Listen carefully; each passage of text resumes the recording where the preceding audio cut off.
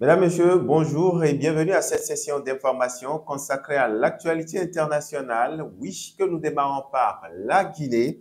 Une information qui vient de nous parvenir d'ailleurs. En Guinée, donc, voilà un an exactement que Mamadou Babilo et son camarade Oumar Silla, plus connu sous le nom de Fonike Mengue, n'ont plus donné de signe de vie, alors qu'il préparait une manifestation contre la junte du président de la transition, Mamadi Doumbouya, le 9 juillet 2024. Eh bien, ces deux figures de la société civile, membres du mouvement citoyen du Front national de défense de la Constitution en abrégé, FNDC, ont été enlevés au domicile du second vers 22 heures par des hommes en armes identifiés par des voisins comme des gendarmes et des membres de forces spéciales. Sans mandat, les militaires les ont alors traînés au sol avant de les embarquer sous le regard impuissant de leur famille. Vite libérée, une jeune militante du FNDC arrêtée avec eux lors de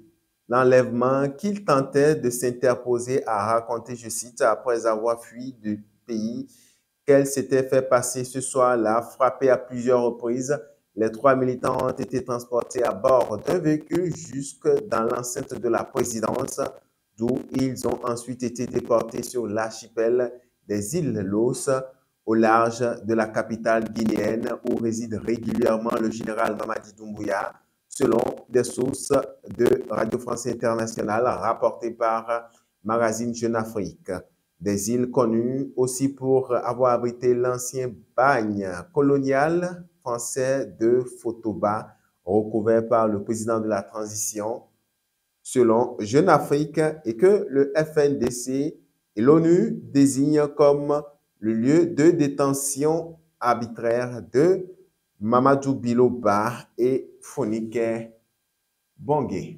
Et dans le reste de l'actualité, cette fois-ci, on prend la direction de la Côte d'Ivoire. Oui, là-bas pour parler de restitution d'objets d'art. Restitution d'objets d'art, nous en sommes. Et puis la France qui va restituer donc le tambour parleur de Djidji Ayokwe de la Côte d'Ivoire. Il faut dire que conservé depuis plus d'un siècle en France, le tambour parleur Djidji Ayokwe s'apprête à retrouver sa terre d'origine, symbole d'un patrimoine confisqué pendant la colonisation. Eh bien, le tambour parleur ébrié, également appelé Djidji Ayokwe, est en passe de retrouver son peuple, long de 3,30 mètres, pesant près de 430 kilos, et bien orné d'une panthère sculptée. Cet instrument emblématique servait autrefois de moyen de communication au sein de la communauté Hatchan, capable de transmettre des messages à plus d'un titre et à plus de 20 kilomètres. Il était utilisé pour convoquer des assemblées ou alerter en cas de danger. En 1916, par exemple, dans un contexte de tension sociale, les autorités françaises ont confisqué donc le tambour à la suite d'un refus villageois et participé aux travaux forcés.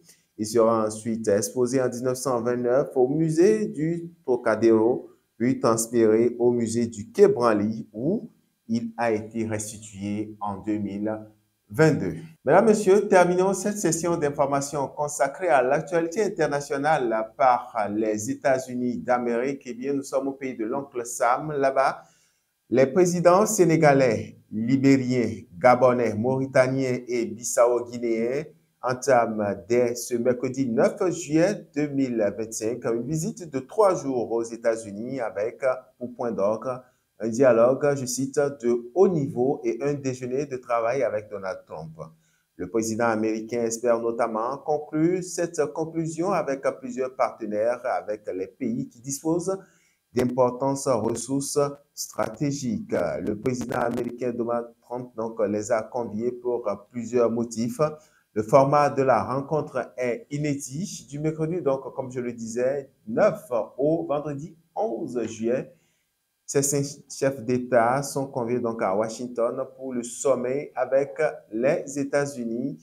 Il s'agit donc des présidents Bassirou Diomaye Faye, le libérin Joseph Boakai, le Gabonais Brice Clotaire Oligui Nguema, le Mauritanien Mohamed Ould Gazouani et le Bissau-Guinéen Ouma Sissoko Embalo, qui vont notamment participer à un dialogue de haut niveau ainsi qu'un déjeuner de travail avec Donald Trump, alors que des rencontres bilatérales devraient également avoir lieu si l'on s'en tient aux sources diplomatiques de Radio France Internationale. Grande première depuis l'arrivée au pouvoir du président républicain, l'initiative vise en tout cas à un dialogue ouvert avec les nations africaines, selon les informations transmises par le haut responsable américain des États-Unis, qui se disent être à l'écoute des préoccupations prioritaires avec pour objectif nouer des partenariats et, je cite, promouvoir l'engagement économique